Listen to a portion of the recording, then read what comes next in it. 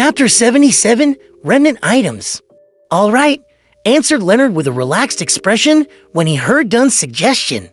Following that, everyone walked out of the warehouse and came close to where Monster Bieber had self-destructed. With him at the origin, they began searching outwards radially. Captain, what are we looking for? Klein looked at the rotting flesh and blood that was strewn everywhere. He held back his urge to retch as he looked at Dunn Smith beside him ponderingly. Dunn did not look up. Instead, he used his deep gray eyes to sweep the ground, awakening ahead of time, losing control, and becoming a monster. This means that Ray Bieber did not fully absorb the Beyonder powers provided by the notebook. It also means that a part of his body is considered extraordinary, making it prime material. If you ever encounter something similar, make sure not to miss out on doing a search. It might be a relatively important item. So that's the case, Klein nodded slightly in enlightenment. In the blink of an eye, he thought of another matter.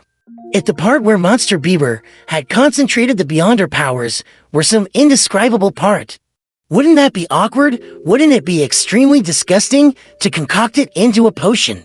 Just as Klein's mind wandered, Borgia with his sharp eagle-like eyes suddenly shouted, "Found it! Ahem!" Dunn and company immediately turned and closed in. Driven by his curiosity, Klein walked over to Borgia with a quickened pace. Soon, he saw the item before Borgia. It was a grayish-white item, about the size of a fist. Its surface was filled with gullies, and it looked soft, but ductile. It looked like a brain that had been extracted out of a living being. Although Klein was unable to make out the extraordinariness of the blob of grayish-white, he was certain that Borgia had not made a mistake since it had remained intact, despite the violent explosion it had undergone. Dunn carefully observed it and squatted down. As he extended and bent his right arm, he used his black-gloved left hand to carefully grab the grayish-white item. The moment it was touched, the blob of grayish-white immediately spread out into an extremely sticky liquid. At that moment, Iyer Harson took out a tin-colored square case, removed the cigarettes from them, and placed them into his pocket. Then, he handed the square case to Dunn and smiled. "I know, you only like pipes." Dunn chuckled and took the square case. Then, he poured the grayish-white sticky liquid into the case for temporary storage. After storing it away, everyone did a cursory sweep of the area. After confirming that they had not missed out anything, they left. When they came out, they saw the horses digging their hooves into the ground, clearly spooked and nervous. They had nearly escaped their reins. "I'll drive." Borgia covered his mouth with his hand and coughed softly. "I know you are good at placating animals," said Iyer with a smiling nod. After boarding the carriage, Dunn, Lorota, Iyer Harson, and Klein, who continued their arm exercises, temporarily had nothing to say as they fell into silence. When the trotting of the horses sounded, while the carriage wheeled off, Dunn looked at Klein and deliberated over his words before saying, "I know you are filled with curiosity about the Antigonus family's notebook. You wish to understand what happened." "No, not at all," Klein subconsciously denied. "It was an ancient relic filled with misfortune." Without giving him time to answer, Dunn continued and said, "However, I have to first report this to the Holy Cathedral. Only after they determine the confidentiality level of the notebook can we consider if this can be shown to you." "No problem," Klein gave a short and simple reply. Dunn continued his arm exercises as he thought before saying, "I once promised that you can be made a formal member of the Night Hawks when we confirm that Ray Bieber is a descendant of the Antigonus family clan. Now, not only have we determined Ray Bieber's identity, we have even eliminated the monster and spoiled the Secret Order's conspiracy. In this entire process, your performance was outstanding. You personally killed a member of an evil organization. Therefore, I will fulfill my promise and immediately make an application to the Holy Cathedral. We'll wait for their approval. Right, I forgot something important. I still need to ask if you are agreeable to it. Merkline Moretti, are you willing to formally join the Tinyan Nighthawks as one of its members? Your salary will increase several-fold, reaching £6 a week. Furthermore, you will get a raise every subsequent year. Your salary will be paid by the church and Alwa County's police department equally. You will also gain the identity of a probationary inspector. It will be very useful at times. As a support type Beyonder, you do not always need to face enemies, but you will have to guard Chanis Gate once a week. Without the squad's permission, you are not to leave Tinyan without permission. Furthermore, you have to keep this a secret from your family. By the time Dunn finished listing the restrictions and benefits, Klein was already thinking deeply for more than 10 seconds. I wish to become a formal Nighthawk. Only by doing so could he continue to gain more access to mystery, such as the situation regarding the Secret Order. After reading the gathered Roselle diaries, Klein had some changes in thoughts about himself. Being skilled in mysticism knowledge to seek a way home was an immutable goal of his. Raising his strength further to more safely make the mysterious space above the gray fog. Do his bidding before using it to return home was a new addition to his goals. Just as Emperor Roselle said, simply relying on external powers was very dangerous. Furthermore, after becoming a seer and obtaining Beyonder powers, Klein sensed that he had a better grasp of the mysterious space.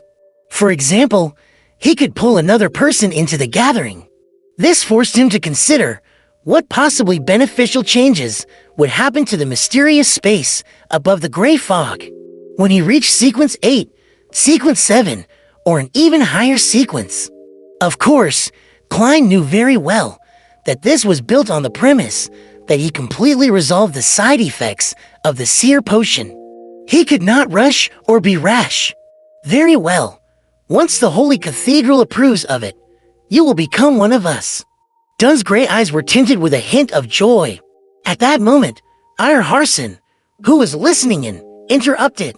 Klein, don't mind me calling you Klein. Your performance today was really excellent. You managed to kill a Beyonder from the Secret Order. I even suspect that he has reached Sequence 7. How did you do it? I really find it incredulous. The question has finally been raised. Having long prepared for it, Klein acted as though he was organizing his thoughts.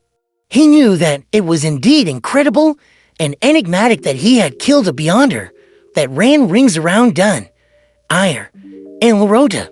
Ire and company were not blind or dumb, so it was a matter of time before they inquired about the process. However, he never expected them to wait till this moment. That's right. Captain and Mr. Harson were previously injured, and their situations could have worsened at any time. At that moment, any matter that could result in conflict had to be put on hold. It was to prevent me from acting desperately because of my exposed secret. Only after I expressed my attitude and showed that I was willing to be a Nighthawk were they at ease enough to ask how crafty. They did not have any obvious communication between themselves, but they had made the same tacit decision. Klein answered as though in thought. It's an extremely lucky event.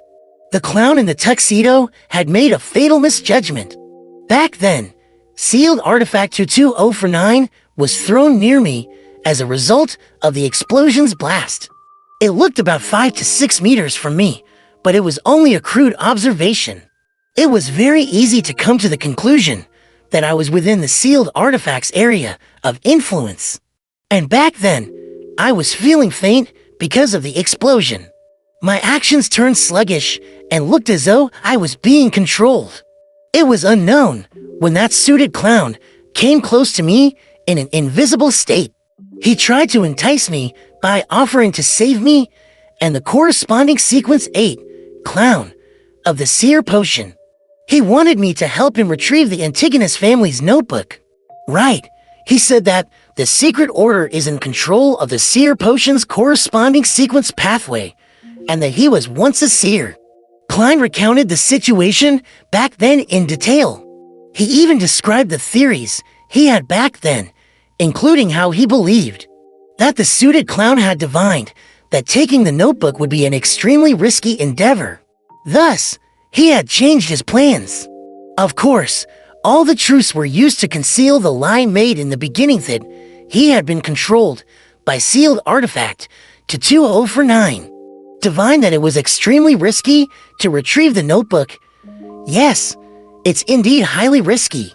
However, the risk was actually because of you, said Lorota with a chuckle as she covered her mouth.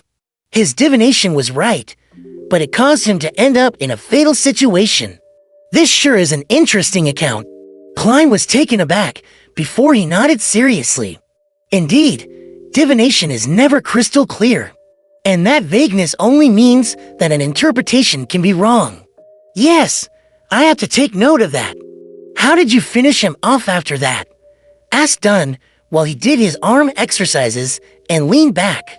Klein smiled. I pretended to agree to him and made him awaken me. However, he did not dare enter the effective range of the sealed artifact. He stayed 2 to 3 meters away and used a strange paper slip in an attempt to push me. Read latest chapters at wuxiworld.site only. I seized the opportunity and pulled at his paper slip, causing him to be thrown into 2049's effective range. I then complemented it with repeated shots and completed my goal. Heh, it's quite an embarrassing matter for me. I didn't even have the confidence of hitting him, despite being only 2 to 3 meters away from him. Ira nodded slightly. With his evasive abilities, a distance of 2 to 3 meters is not an absolute guarantee. You might be able to strike him, but fail to hit him in a vital spot. That would only make things worse. Your choice back then was impeccable. It can even be said to be outstanding. If I were in your shoes, I might not have been able to do it better than you. He did not ask further.